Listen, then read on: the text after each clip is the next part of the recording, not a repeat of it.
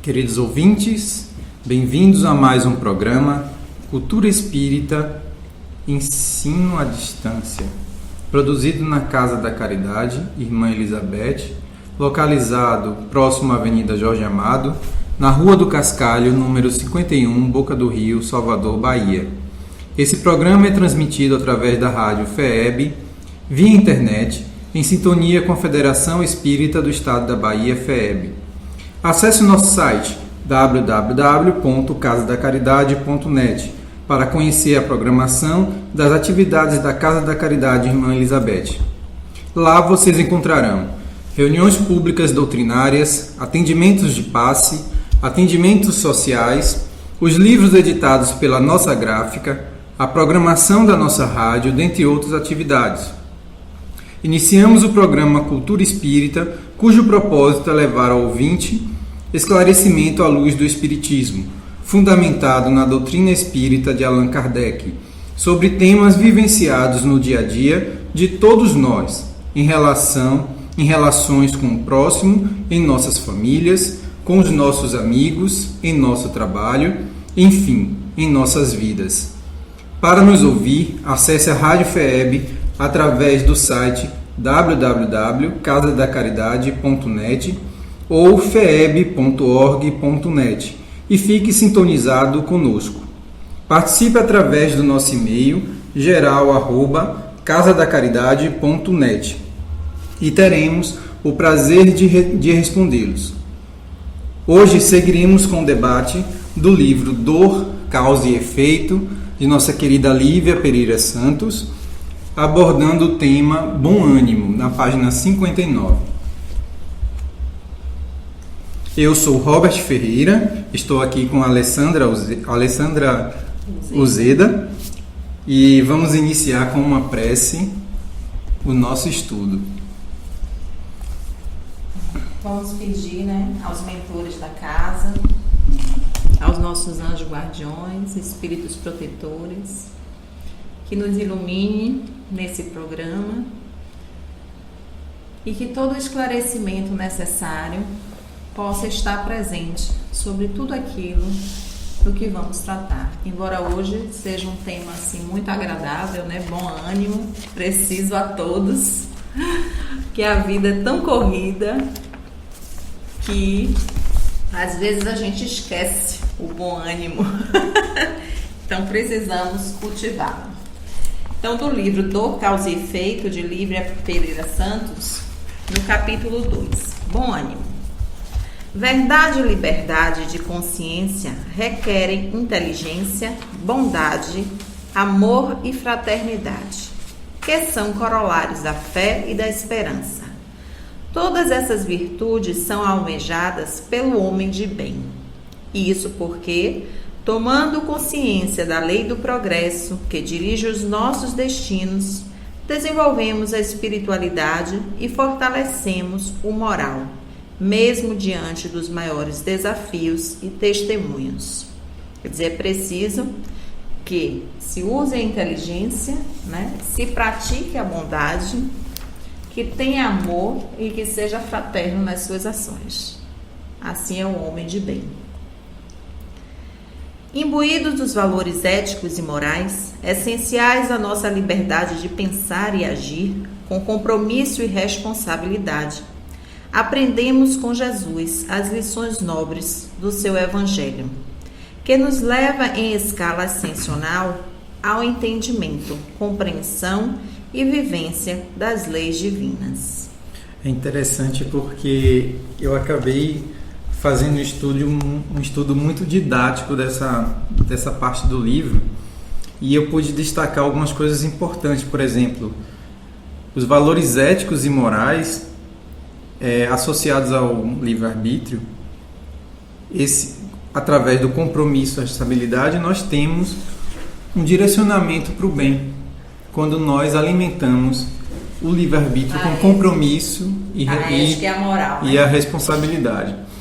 E associado ao Evangelho de Jesus, nós obtemos as bases para esses valores morais, e direcionados para o bem.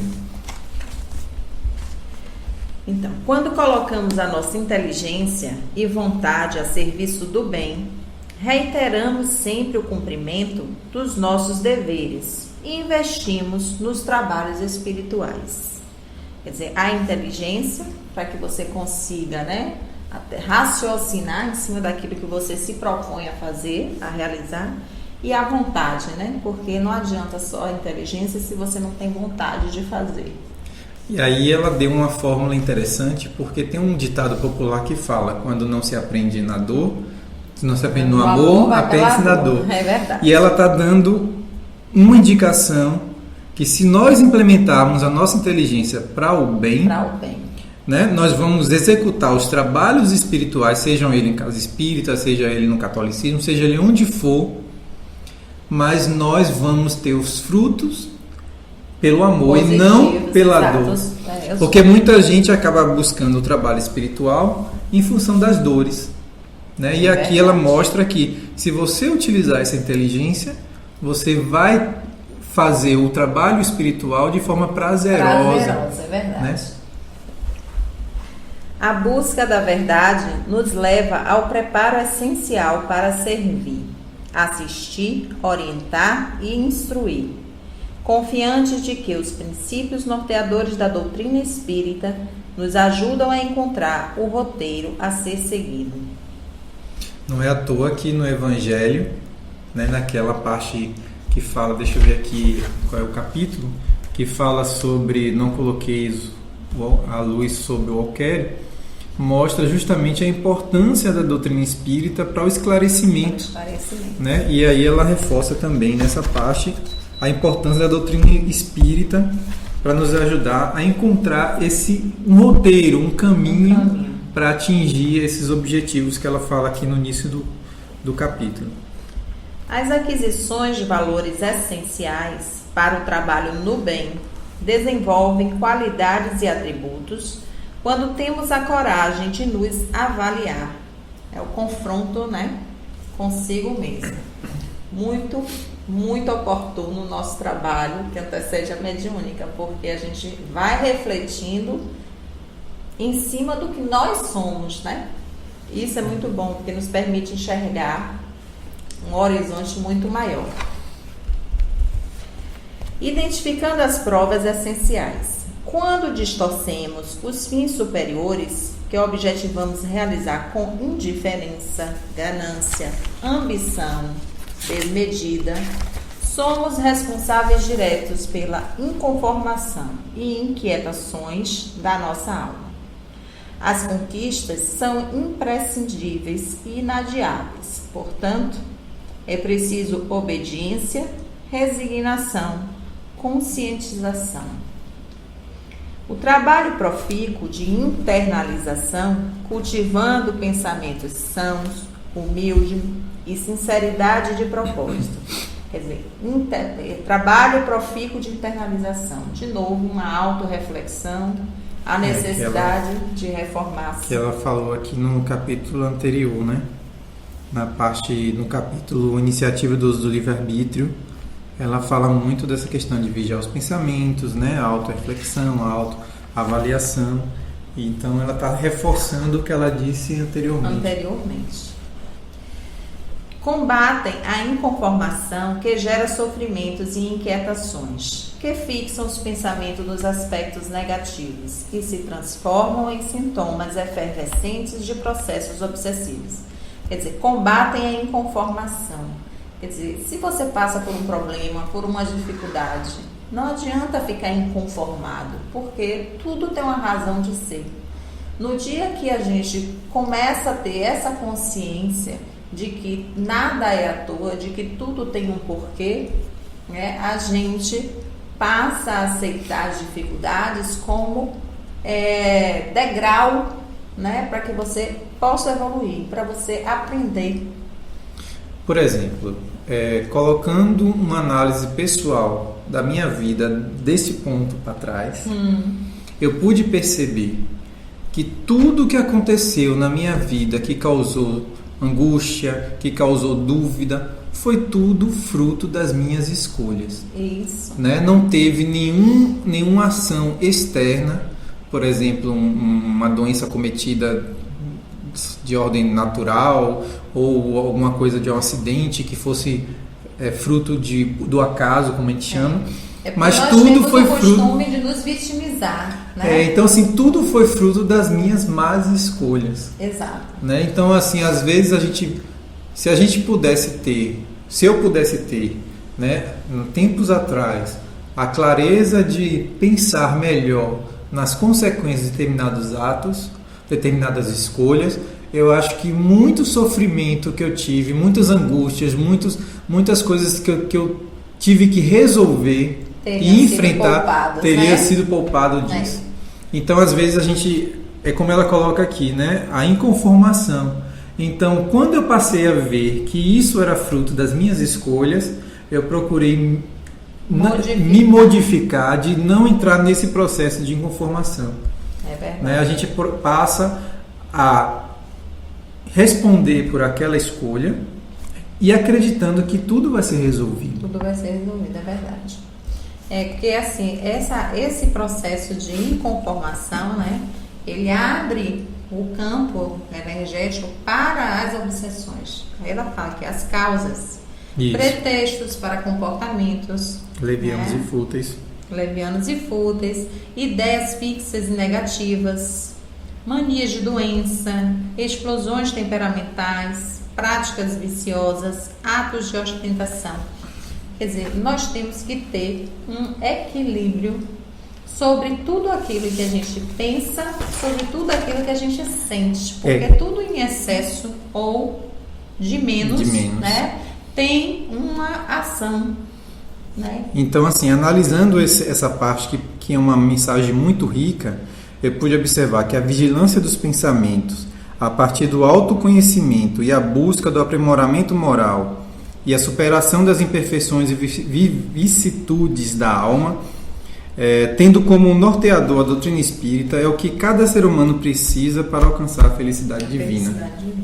Então, essa atitude de orar e vigiar, tão difundida no Evangelho de Jesus e reforçada por diversos autores encarnados e desencarnados, né, que nós estudamos aqui, enfim, quem gosta da doutrina e que procura se aprofundar, a gente vê essas duas coisas muito claras e sempre rebatidas, orar e vigiar.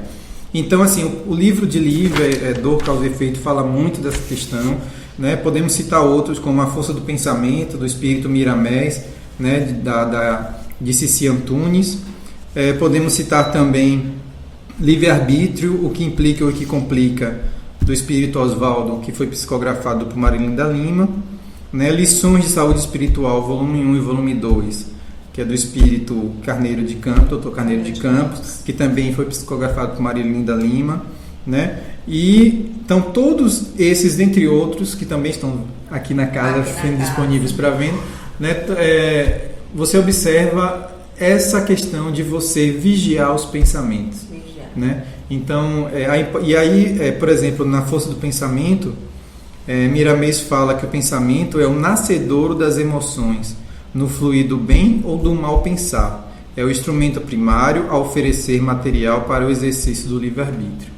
Isso é interessante. Né? E Lívia falou nisso no Dor, Causa e Efeito. Então você vê como há uma sintonia entre, vamos dizer assim, nossos amigos espirituais que estão ali passando a mensagem para a gente. Né? E a mensagem é universal. Eles querem que a gente tenha essa postura com relação aos nossos pensamentos. Exato, até para que você possa discernir, né, o que é ser de fato, o que não é, e poder medir, né, as suas ações. Com certeza.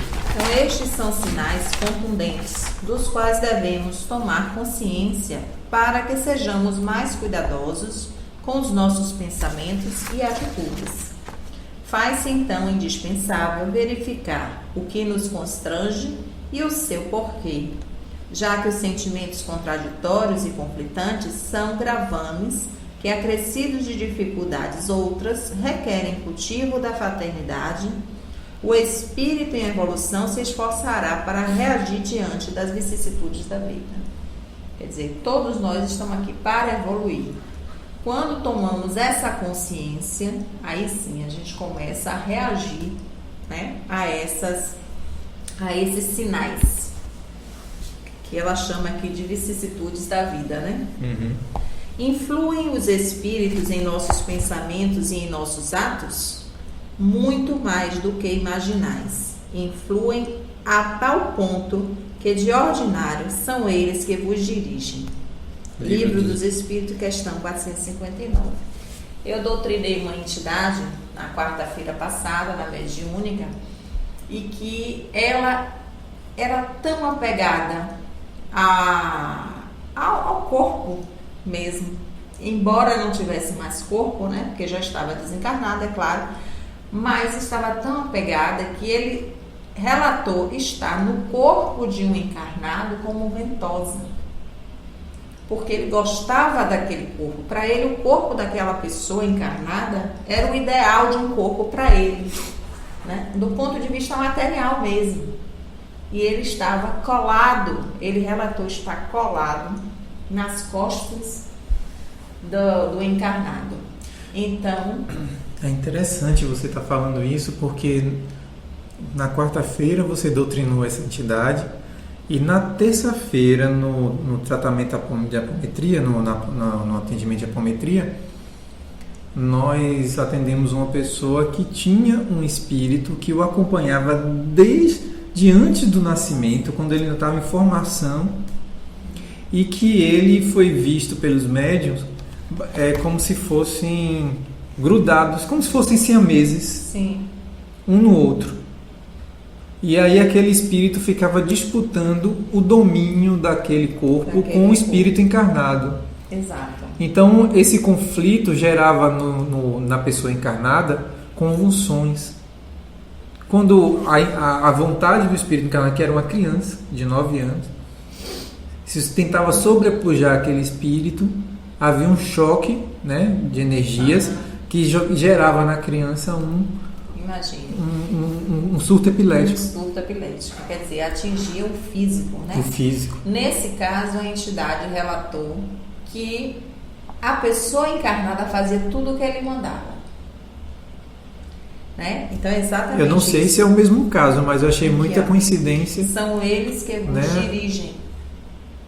Tá? Não é o mesmo caso não, porque era de adulto. Entendi. Então, isso é para a gente realmente perceber como na prática funciona. Porque se vê ao ponto da entidade relatar que a pessoa encarnada fazia tudo que ele mandava. Isso então, a gente observa como os espíritos muito. Interferem. A gente observa muito, né, naquelas entidades que vêm para serem doutrinadas. Elas relatam muito isso. Ele faz o que eu quero. Exato.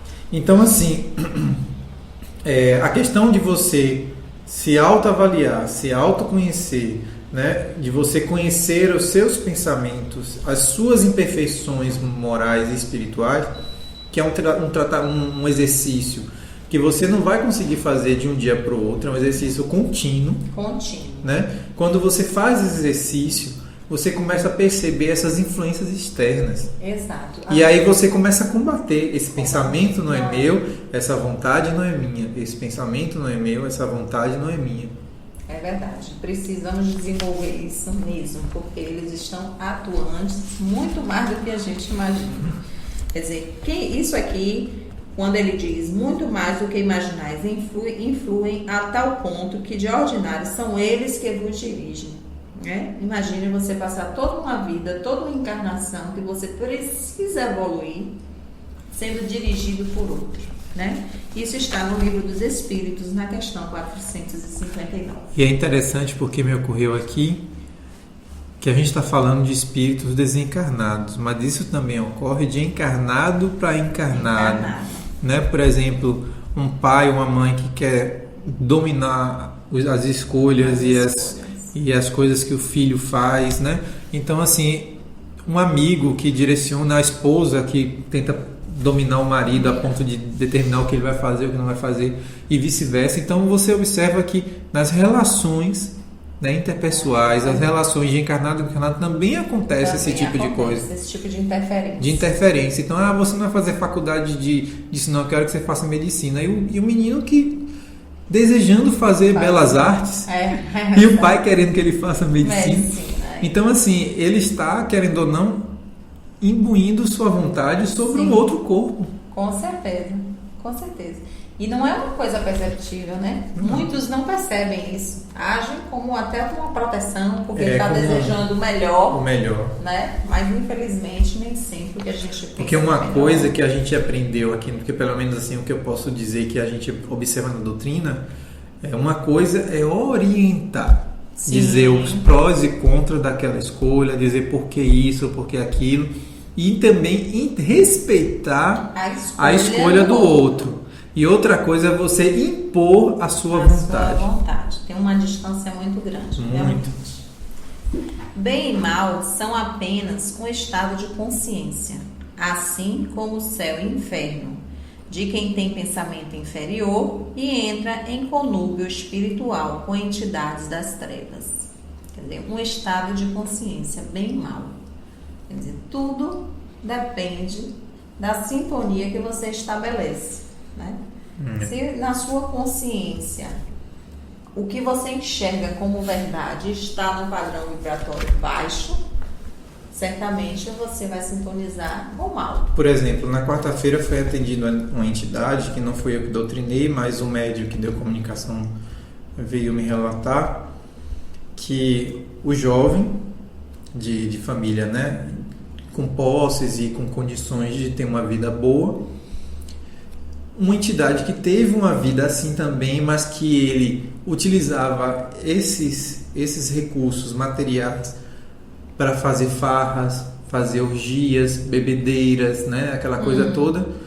Então ele se aproximou desse jovem que não tinha esse desejo, mas tinha a mesma possibilidade que ele, e impôs a vontade dele ao jovem. E o jovem começou a praticar isso.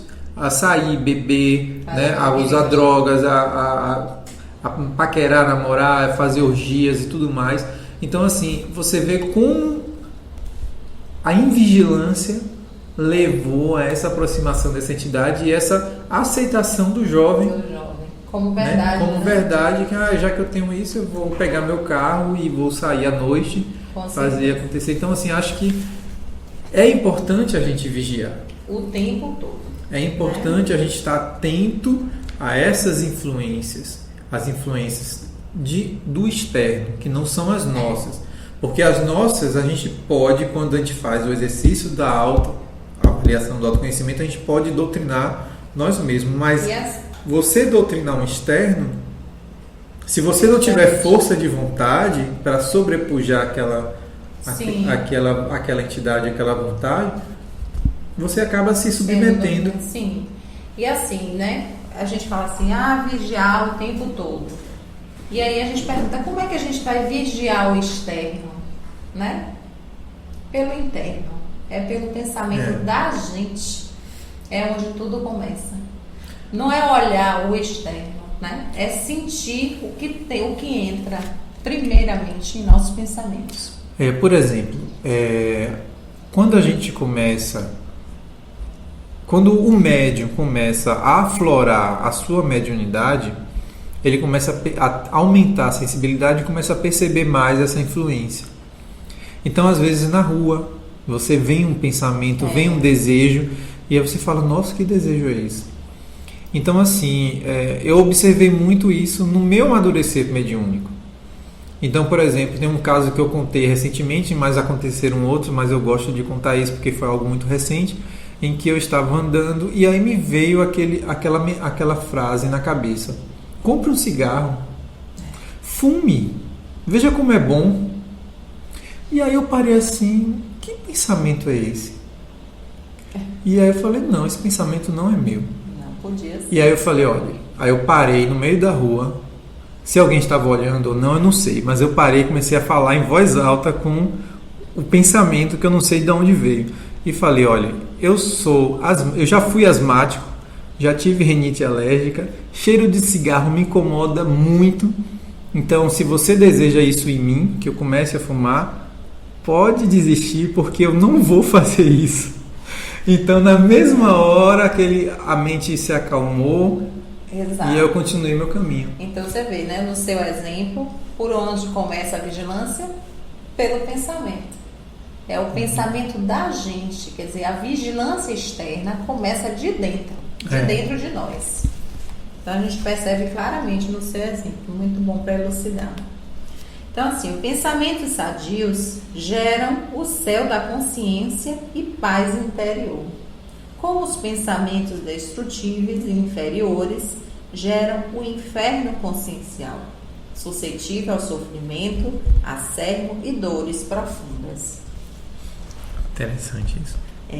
Quando a ignorância implanta-se na mente, o espírito imperfeito sintoniza-se com parceiros de conduta infeliz e absorve sugestões de encarnados e desencarnados que se adentram pelo caminho do mal, com o livre-arbítrio aberto para aceitar ou não as sugestões dos espíritos malfazejos. Isso é interessante porque o primeiro passo para qualquer obsessão vem de nós. Vem de nós. Né? É um pensamento, é um desejo, é uma curiosidade.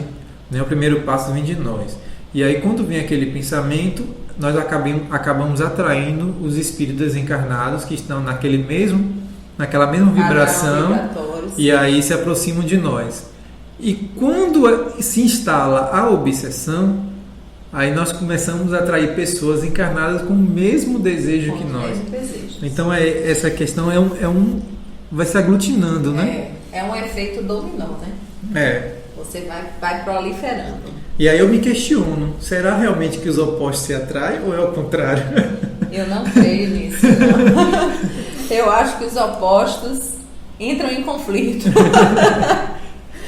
Renovando-se no bem e iluminando-se nos ensinamentos de Jesus, o processo de reajustamento torna-se evidentemente compatível com a educação do espírito imortal. Prece e estudo geram respostas positivas de escolhas construtivas e enobrecedoras. Contudo, a persistência e a perseverança no aperfeiçoamento moral propicia o entendimento e compreensão no tocante ao alicerce dos fundamentos espíritas e no aprendizado de vencer as suas próprias infelicidades para conduzir-se na aplicação do conhecimento espírita. Isso é interessante porque a gente observa isso em muitos encarnados que vêm pedir ajuda aqui nas doutrinas, né, na mediúnica em que eles vêm para ser doutrinados. E observamos também nas pessoas que estão procurando fazer o trabalho espiritual e que por alguma questão não perseveram. Então, uma coisa, você vê que tem entidades que ela tem um conhecimento do Evangelho, né, um conhecimento um desenvolvimento intelectual muito grande, mas por não persistirem, não perseverarem no caminho do bem, né, acontece toda essas complicações. Então, é como se a persistência e a perseverança complementassem esse primeiro passo, que é a prece, né, e o estudo. Exato, o estudo. Que o estudo esclarece, né? E a prece estabelece essa sintonia, né, com o alto. Então, as provações geram perdas afetivas, são as separações, perdas de entes queridos, que é o luto, perdas materiais, financeiras, perdas de bens. Todo ser humano passa por situações ou experiências que significam algumas perdas e que podem causar sofrimento, dor e até desespero. Quando não entendemos o valor espiritual da prova, que pode significar desafios necessários à evolução espiritual. Então, toda prova tem uma razão de ser, tem um objetivo muito maior do que aquele imediato, né, que faz o indivíduo sofrer. É interessante falar dessa questão das provas, porque no estudo de quarta-feira que antecede a mediúnica aqui na Casa da Caridade, nós acabamos falando sobre isso, né? Por exemplo, nós quando estamos para reencarnar, nós fazemos o plano reencarnatório, do qual nós iremos passar por algumas provas já predeterminadas para a nossa evolução. Algumas provas mais severas, outras necessárias. Certo. Só que ao longo da nossa encarnação, a partir das nossas escolhas no bem, nós ganhamos méritos, ganhamos bônus hora, que quando chega o momento daquela prova acontecer, muitas vezes ela acontece não como deveria ter acontecido em função das nossas experiências anteriores, mas ela vem de forma amenizada, né? Sim, pelo merecimento. Pelo merecimento, pela ajuda que nós atraímos do alto, dos superiores. Sim. Então, as nossas atitudes, as nossas escolhas é que nos aproxima do alto ou nos afasta. Não é que eles, né, não é provas. Exatamente, não é que eles se afastem de nós. Então, assim, como algumas entidades falam assim, Deus se afastou de mim. Eu falei, não foi Deus que se afastou de você, foi você que se afastou de Deus a partir das suas más escolhas. Exatamente. Então, quando a gente tem boas escolhas, né, nós nos aproximamos de Deus e os seus representantes, sem dúvida, que vêm ali para interceder por nós, né, interceder por nós nas nossas provas pré-programadas. Com certeza.